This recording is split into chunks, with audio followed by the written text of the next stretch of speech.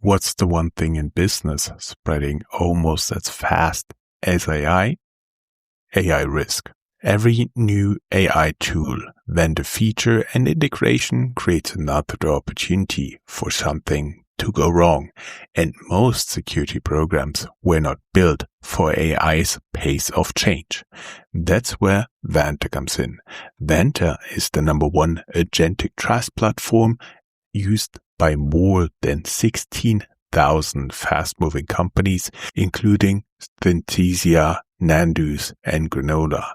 The Vanta agent works like a 24/7 GRC engineer in the background, finding issues, drafting fixes, and reducing vendor assessment time up to 50%. Whether you're a fast-growing startup or global enterprise, Vanta helps automate security and compliance so you can earn and prove trust. Get started today at vanta.com/startupradio. That's VANTA.com/startupradio. On the 5th of August, 2026, a Berlin fintech that most of the German startup press had written off in the 2022 downturn closed a 35 million euro Series C at a 1 billion, yes, will it be, euro valuation. Germany's newest unicorn, and it got there.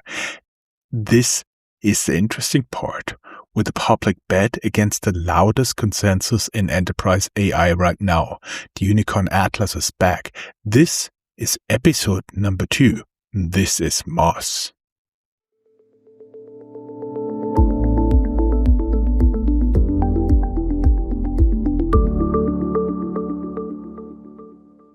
Hello and welcome everybody. This is episode 768 or 768 of Startuprad.io, recorded solo by me, Joe Menninger from Frankfurt am Main. This is Unicorn Atlas episode number 2. Check our blog. We weekly post about a new unicorn there and on occasion make episodes like this one. Number 1. 2 weeks ago was Helsing. Keep in mind, in July, we were originally on a bi-weekly publication, but it turns out the bi-weekly publication is 2 episodes every other week. So sorry about that, but things happen. With Helsing, the $18 billion European defense AI bet. Today is the other end of the European unicorn spectrum, not a defense tech story, a fintech story, not $18 billion on optionality, 1 billion euros on genuinely differentiated thesis about how finance teams want to work with AI. If you've been listening to Startuprad.io for a while, you already know Moss. We interviewed founder Ante Spittler when Moss was still a spend management company competing hard in a crowded European card and expense category. Corporate cards, expense automation, 300,000 cards issued, over 5 billion euros in annualized payment volume, BaFin license, the usual European fintech stack. That interview is linked in the show notes, and I'd recommend it if you want the early chapters. Today's episode picks up where that conversation left off. At the moment, Moss stopped being a spend management company and started calling itself a finance AI company. And more importantly, at the moment, a specialist fintech investor was willing to lead a unicorn round to back that positioning. Over the next 20 minutes, I'm going to walk you through what the Series C actually is, who put in the money, and why lead investors matter, what Moss' contrarian bet is, and what the customer data behind it looks like, how Moss got here, and after the fintech winter that nearly killed the category, and what an operator or investor should actually take away from this round. Let's go. The Series C in one paragraph. Here are the numbers from Moss' own announcement on August 5th, 2026. 35 million euros raised, 1 billion euro post-money valuation. Total funding across all rounds now approximately 200 million euros. Lead investor Portage, the fintech specialty investment arm of Canadian asset manager Sagard. Existing investor participation Cherry Ventures, we interviewed Philip, link in the show notes, on the cap table since the earlier rounds. Prior lead investors on the cap table include Tiger Global Management, who led the 2021 Series B, and Vala Ventures by Peter Thiel. Moss says it has grown revenue 20-fold since that 2021 Series B. It does not publish an absolute revenue number, so we cannot backsolve to a specific ARR figure. 20 times an undisclosed base is still an undisclosed number, But the direction, the multiple, and the customer count all line up. More than 5,000 European companies now run finance operations on Moss platform. Named customers include Flink, Schufa, Gusto, and AutoOne. That is the round. Let me put that in context. 35 million euro Series C at a 1 billion euro valuation at the end of a 20-fold revenue run is a very specific shape. It is not a growth at all cost rounds. It is not the 2021 shape where you'd have seen a 200 million euro round at a 3 or 4 billion euro valuation. It is a capital efficient unicorn round. Moss reached the billion euro line at a much better capital efficiency ratio than the 2021 class of European fintechs, and it did it after a downturn reset that, and we'll come back to this. That's part of why this round is interesting, even before you get the AI thesis. Why Portage matters more than the size. Here's the piece I think most coverage will underweight. The identity of lead investor is a bigger signal than the size of the round. Portage is Sagard's fintech-specialist investment arm. Sagard is a Canadian asset manager. Portage's fintech portfolio is not generalist like growth equity money looking for the next big thing. It is people who spend all day looking at financial services businesses. Their prior investments include, for example, Wealthsimple in Canadian retail brokerage, Fin de Munich vehicle subscription unicorn, also former guest, on this side of the Atlantic. This is the fund that gets called when a fintech business is a real fintech business with a license, with unit economics that behave like financial services rather than like SaaS, and with a strategic thesis that specialists want to expose to. Portage leading a European fintech round in 2026 is a data point about which European fintech theses are still investable at a specialist level. Spend management as a standalone category at unicorn scale in 2026? Probably not. Finance AI on a specific control first thesis backed by real customer survey data from an incumbent with a BaFin license and 5,000 paying SMEs? Yes. Cherry Ventures re-upped matters too in a smaller way. Existing investors doubling down in a down cycle for the category is a stronger signal than a new investor entering. They know the numbers behind the numbers and they still like what they see. The names not in the round are also worth naming. Tiger Global led the 2021 Series B and did not lead this one. This is not a knock on Moss. Tiger Global's 2026 European strategy looks very different from its 2021 European strategy for reasons that have nothing to do with Moss, but it tells you this is a different kind of round, backed by a different kind of investor on a different kind of thesis. Part number 3. The bet, steerable AI, not autonomous agents. This is the part that matters more than the round, and the reason I think this episode is worth 20 minutes of your time, even if you don't care about spend management. The dominant AI narrative in enterprise software right now is autonomous agents. AI that does work end-to-end with minimal human intervention on a growing share of your workflow. That is the story every enterprise software company with a pulse is telling right now. Salesforce, Microsoft, ServiceNow, and every AI agent startup you've read about in the last 12 months. Moss is publicly betting against it, not against AI. Moss is very much building AI against the idea that finance teams want AI to be fully autonomous. Their argument is structural. In finance, an unsupervised error is never one-off. If an AI miscategorizes one expense, it will miscategorize every similar expense, thousands or tens of thousands of them across the accounting period. And it will do it silently until someone reviews the books at close or until an auditor spots it 3 months later. Automation without control does not scale efficiently. It scales mistakes. So Moss is building and marketing finance AI that leaves control with a finance team. The team shapes the AI rules. The team reviews and approves what counts. The AI does the manual work. The finance leader does the judgment work. Moss is framing in a good line. Trust is good. Control is better. Actually, something we say in German. Now, here is what makes this more than a marketing slogan. Moss backs the bet with its own customer data. Moss ran a survey of 471 of its customers across Germany, the UK, and the Netherlands. They asked those finance teams to rank 5 AI promises in order of importance when fully autonomous was one of the 5 options. 65% ranked it last.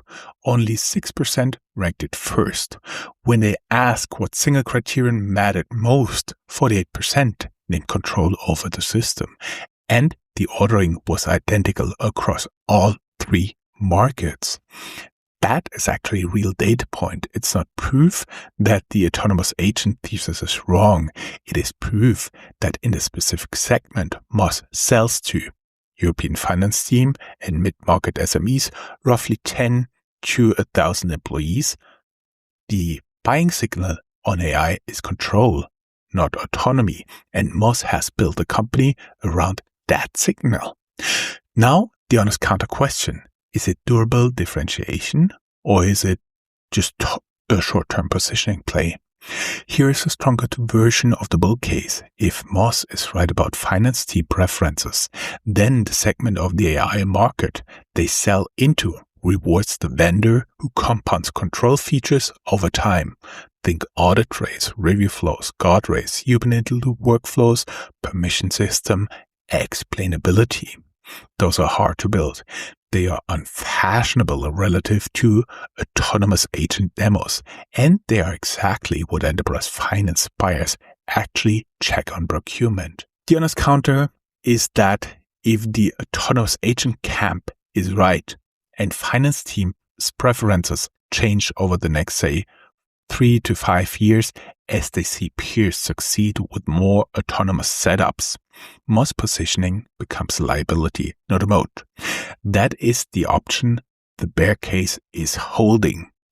What's my read? Moss contrarian bet is the right one for the next 24 months on the strength of their own survey data.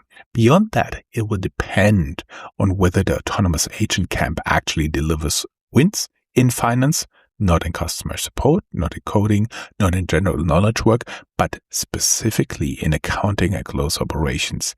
That is where the evidence has to show up, and it hasn't yet.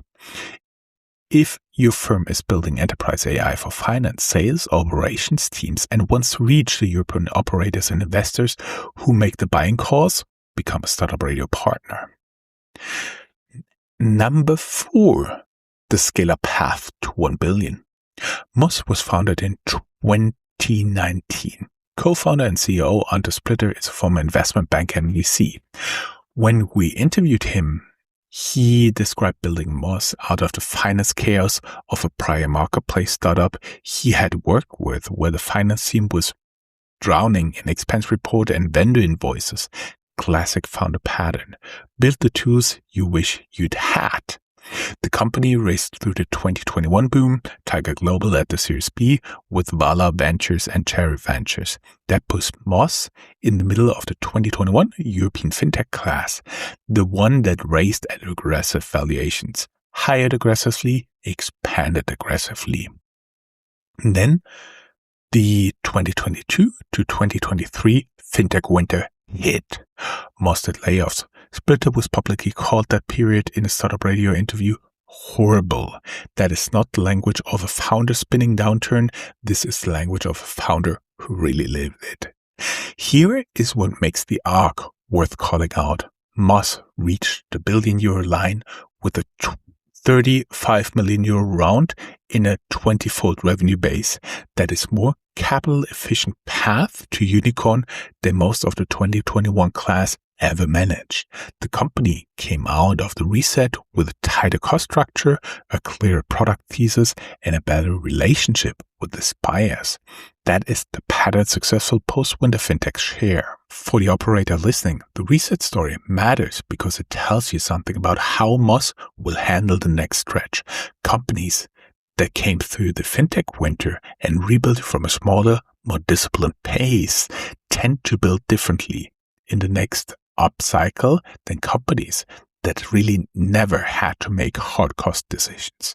Moss product roadmap post-reset is control first, specs driven, auditable. That is a company that has learned to build for buyers, not for demos. Number 5, our Unicorn Atlas verdict.